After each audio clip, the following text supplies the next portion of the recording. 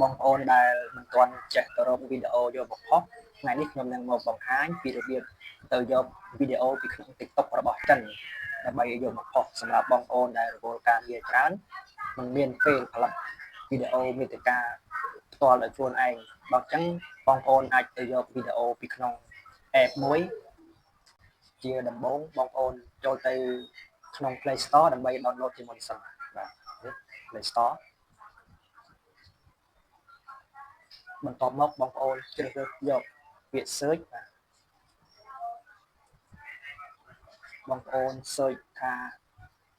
បាទ Red Note បាទ Red Note បាទនេះនៅខាងលើគេនេះបាទចុចចូលទៅបាទហើយនេះគឺជា app TikTok របស់ចិនបាទ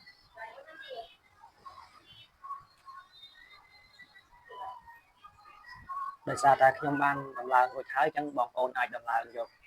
មកប្រើប្រាស់មកបាទខ្ញុំនឹងបង្ហាញពីរបៀបចូលទៅ download បាទឥឡូវយើង download មកវានឹងចេញបែបនេះបាទទម្រង់បែបនេះឥឡូវយើងចុចចូលមកបាទចុចចូលមកគឺកន្លែងនេះគឺមានទម្រង់គេដាក់ថា year ហ្នឹងបានន័យថាឆ្នាំបាទឆ្នាំឧទាហរណ៍យើងដាក់ឆ្នាំ1993បាទសម្រាប់ខែ8ក៏បានដែរបាទខែ8បាទបន្ទាប់មកបងប្អូនអរគ្នាចុច next កន្លែងនេះគេឲ្យយើង login យើងយកពាក្យ another login method បាទ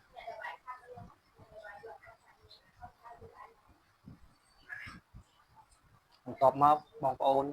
ជ្រើសរើសយក email មួយដែលបងប្អូនចង់ login បាទហើយនេះគឺជា email របស់ខ្ញុំដែលខ្ញុំបានបង្កើតនៅវីដេអូមុនដែលខ្ញុំបានបង្ហាញហ្នឹងបាទខ្ញុំជ្រើសរើសយក email ហ្នឹងសម្រាប់ login ជាមួយនឹងកម្មវិធី TikTok ចិននេះបាទបន្ទាប់មកយកពាក្យ continue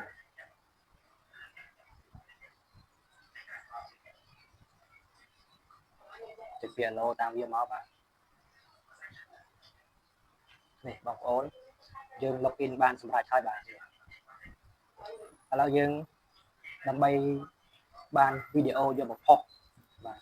យើង search យើងឧទាហរណ៍បងប្អូនចង់ធ្វើ content ពីអីពីចាប់ត្រីបាទយើង search មកបាទអ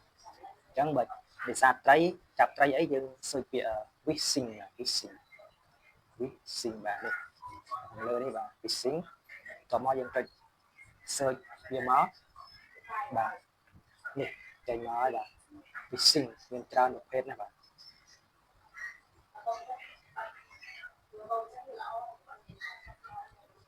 ឥឡូវខ្ញុំនឹងឧទាហរណ៍